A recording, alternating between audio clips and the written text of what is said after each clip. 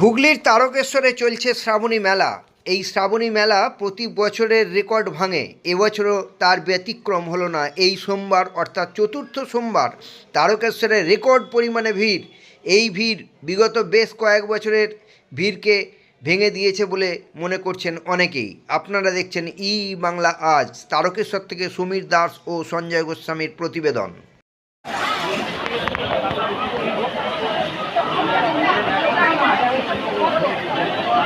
তো এখানে এসে যতটা পরিষেবা দেখেছি, নিশ্চয়ই রাস্তার পরিষেবাটাও খুব ভালো। জল ঢালা হয়ে গেছে? হ্যাঁ, হয়ে গেছে। জল ঢেলে বাবার কাছে কি প্রার্থনা করলেন?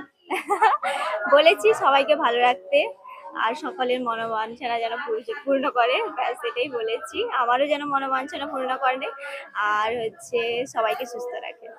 ধন্যবাদ। Thank you.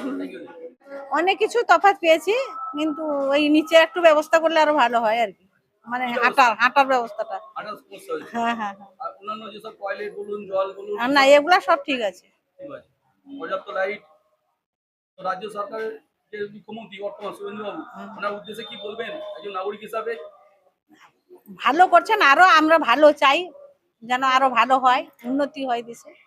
জল ঢালা হয়ে গেছে? হ্যাঁ, হয়ে গেছে। বাবার কাছে কি প্রার্থনা করলেন? সেটা আমার মনের ইচ্ছে। কতটা খুশি এবারে শবরীমালা তারকেশ্বর আসতে পেরে? না, খুশি, কিন্তু ওই সিস্টেম গুলো একটু ভুলভাল হয়ে যাচ্ছে গ্যাদারিং এর জন্য। গ্যাদারিং, কিন্তু মেলা মানেই তো গ্যাদারিং, সেখানে তো না, সে অতিরিক্ত গ্যাদারিংটা খুব ভিড় ভালো লাগে না। না, খুব আর না।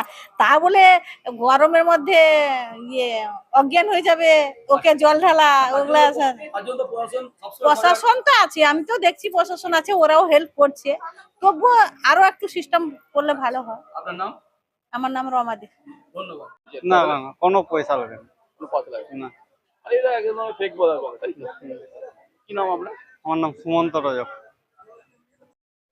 রাস্তাঘাট ঠিকই আছে, লাইট, আর লাইটিংও গোটা রাস্তায় লাইট। চিকিৎসা ব্যবস্থা চিকিৎসা ব্যবস্থা ভালো। সবকিছুই ভালো। রেস্ট হাউসও যেটা করেছে সেটাও খুব ভালো করেছে।